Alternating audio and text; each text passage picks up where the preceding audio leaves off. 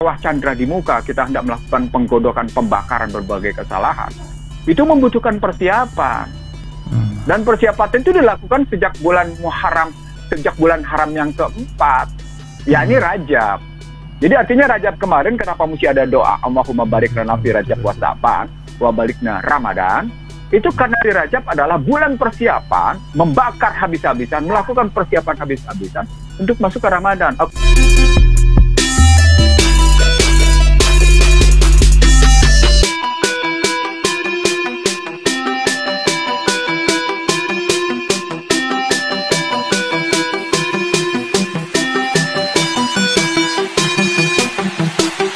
Ini kemampuan pemerintah. Ini kan sebentar lagi restrukturisasi akan habis.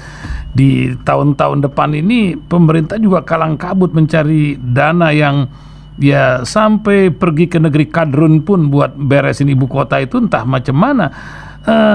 Apakah itu benar, Bang? Pengusaha udah nggak kuat. Ini kan seluruhnya kan dibiayai sebagian oleh oligarki nantinya.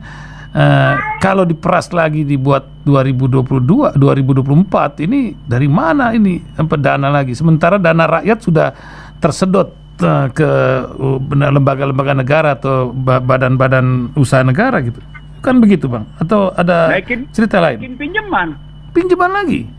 Yang dari mana lagi? Naik pinjaman aja. Gitu. Memang Anda tidak punya kapasitas apa-apa, ya sudah ada pinjam aja.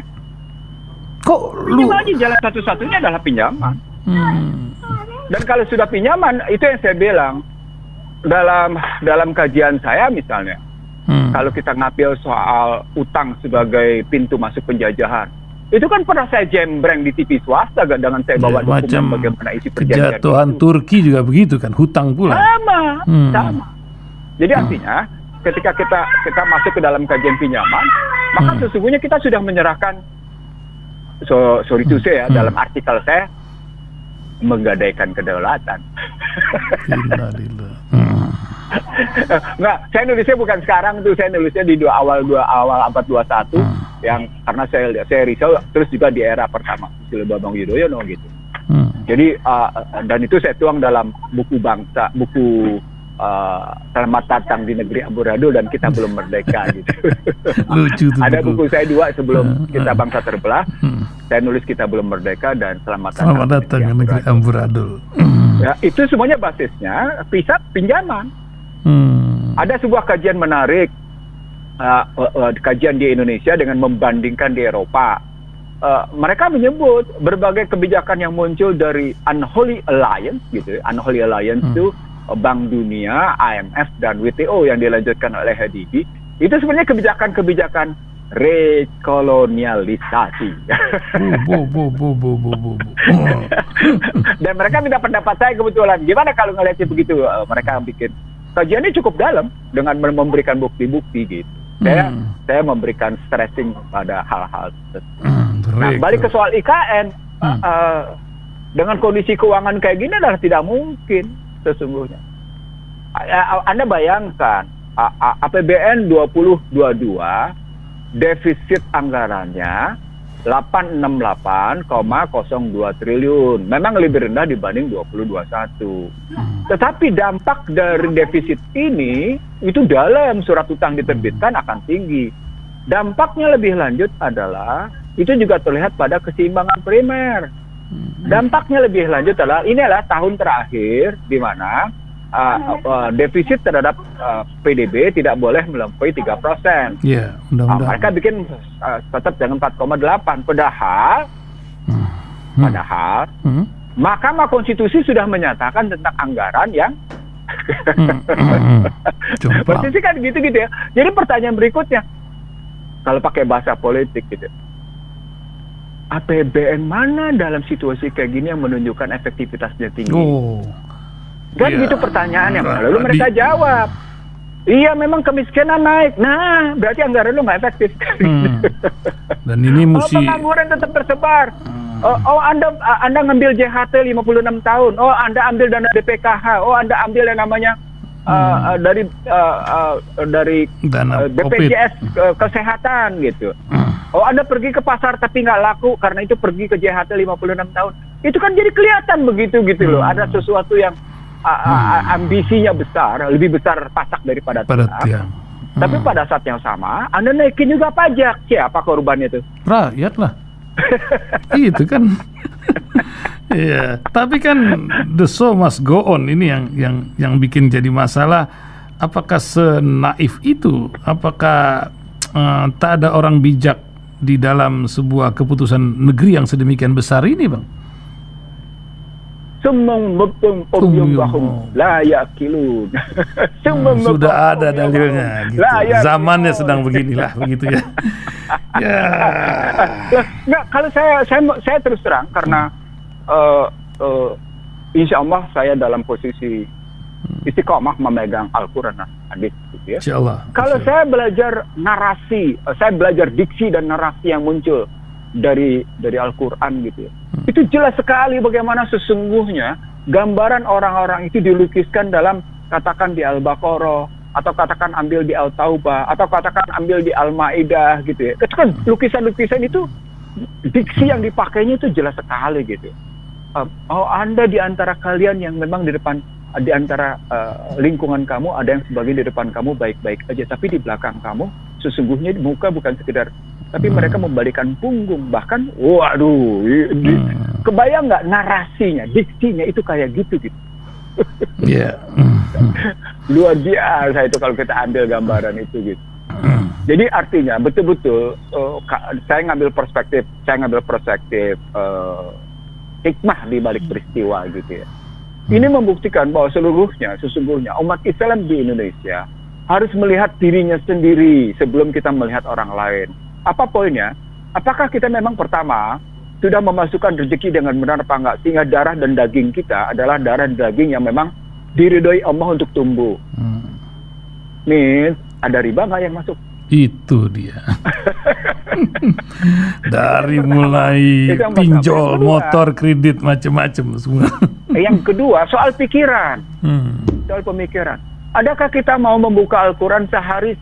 Nggak usah satu juz deh, one day one juz istilahnya gitu ya. Saya bilang kalau kita buka dari mulai Al-Baqarah gitu, kita bacanya 5 ayat aja deh. Gitu. Lalu tapi kita tadaburi, apa artinya? Kita melakukan iqra. Dengan begitu kita tahu kita sesungguhnya kita ada di posisi mana. Kita umat Islam dimanapun di dunia, termasuk di Indonesia, tidak diajari untuk memerangi umat lain.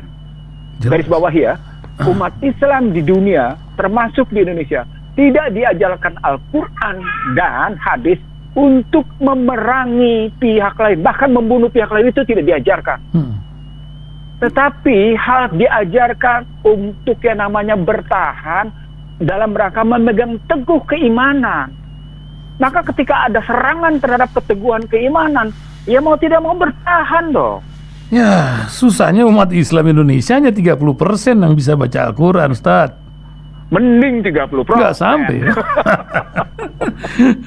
Mending 30%. Misalnya dibaca kayak gitu, memahami lebih dalam aja bisa. 10 nggak sampai lah. 5% alhamdulillah. saya dari semalam sampai dengan pagi ini masih cukup berdebat dengan seseorang gitu ya. Di mana dia mengutip pendapat-pendapat dari kalangan agama lain. Saya cuma ngomong-ngomong, dia nggak baca nih apa makna Ustaz kita Al-Quran dengan baik gitu. Dia nggak baca nih kenapa Allah merekatkan Muhammad Rasulullah waladina ma'hum ruhama'u bainahum asidau ala kufar gitu. Ya, udah jelas tuh. Dia nggak tarik relasinya dalam posisi al-yauma akmaltu lakum dinakum. Dia tidak baca betapa yang namanya setiap tindakan Muhammad, setiap tindakan, setiap kata-katanya, setiap diamnya itu adalah wujud Al-Quran. Dan itu dinyatakan oleh kalangan non-muslim sendiri sebagai sempurna.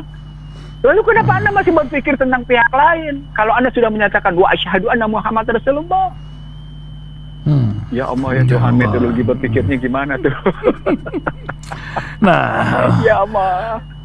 Bang, ini Sya'ban di depan mata. Karena metodologi berpikir kita ini kalau kembali Al-Quran memang kadang-kadang kita hidup macam di dua alam. Karena kan kita harus menghadapi realita hidup yang luar biasa.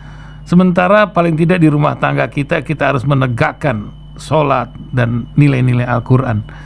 Apa yang paling tidak persiapan Ramadan apa yang Bang Ihsanuddin Nursi ingatkan buat kita semua dalam rangka kembali ke dalam Al-Quran ini? Silakan Bang, 5 menit terakhir Bang. Oke, saya bilang begini, kalau banyak orang memburu inna anzalnahu fi lailatul qadar, wa ma adraka ma lailatul qadar gitu ya.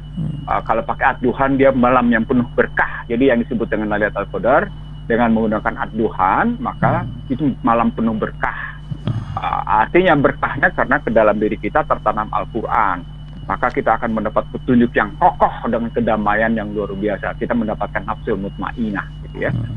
Apa yang harus pertanyaannya, apakah serta-merta kita dapatkan itu di Ramadan?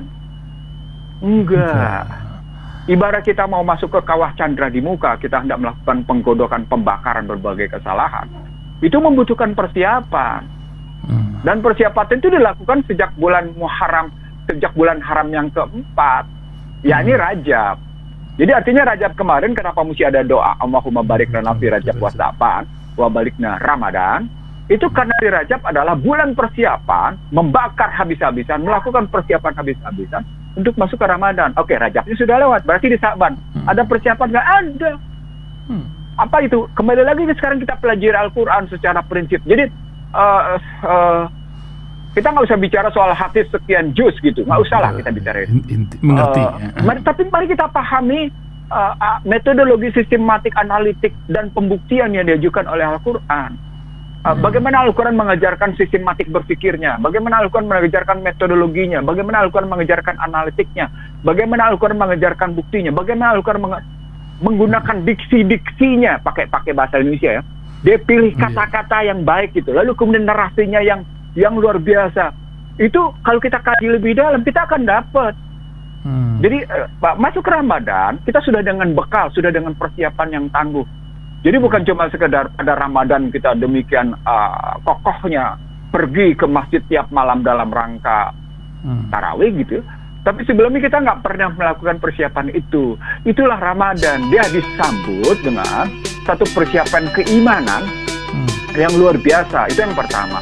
Kalau sambutannya adalah meningkatkan keimanan, maka di dalam bulan Sya'ban ini sesungguhnya kita harus menargetkan target kita misalnya, saya harus dapat pemahaman